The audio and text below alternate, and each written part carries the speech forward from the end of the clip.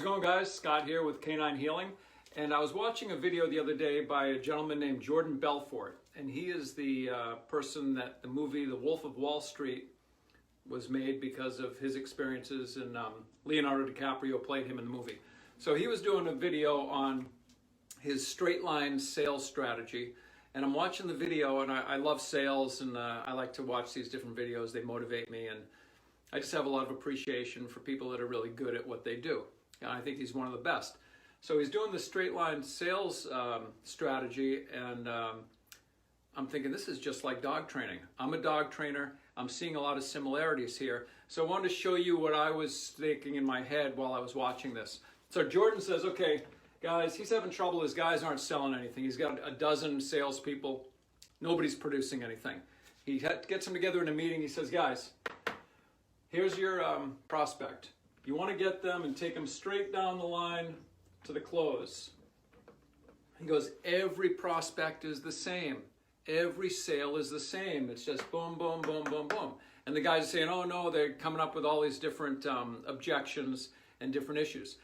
And I'm thinking, every dog is the same. Every puppy is the same. And a lot of people think, oh, well, my rescue had a tough life before he got here, so he needs to be handled a lot differently than the average dog, you know, and maybe they coddle that rescue a little too much, or, you know, they have a puppy, it's a poodle, it's a toy poodle, it's a sensitive dog, it can't be trained like a German Shepherd, you know, this kind of mentality.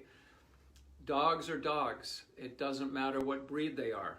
They are all controlled by their natural instincts and their genetic predispositions, whatever they may be. So I'm thinking, okay, here's the puppy or the rescue. And at this end is our well-behaved dog.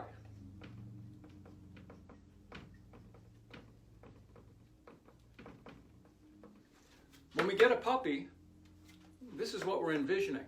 This is what we want. We're hoping and expecting our puppy to be this, typically in an unrealistically short time. We want a dog that is very, you know, socially acceptable. People can come to their house, the dog is fine.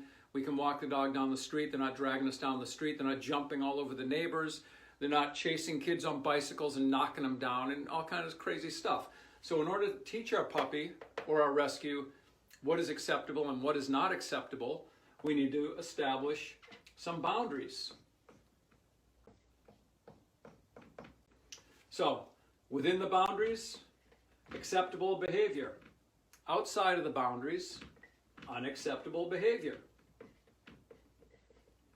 The goal is to work our puppy or our rescue down this path until we have the dog that we're hoping for. With the sales analogy that Jordan was doing, he puts up these boundaries and he talks about guiding the prospect along these lines. You don't want your prospect, on the sales side, he talks about the prospect all of a sudden going on a tangent and to Pluto, is what he says. And maybe the person starts talking about fishing, and then the next thing you know, the salesperson's talking about fishing, and they can talk for 20 minutes about fishing, has nothing to do with the sale, and the prospect loses respect for the salesperson because they're controlling the sale, whether they realize it or not. And then they say, okay, thanks, I'm gonna go, you know, keep looking around and maybe we can go fishing sometime. But you didn't help them to accomplish what they came to you for, which was to educate them and help them buy what they were looking for. With the puppy or the rescue, this could be all of a sudden peeing and pooping in the house. You know, for 2 weeks, they're just pooping everywhere. It's just becoming a nightmare. It could be, again, that chasing behavior. They're chasing your children around in the yard and starting to nip at them. Unacceptable. It could be destructive behavior. They're just starting to chew on stuff.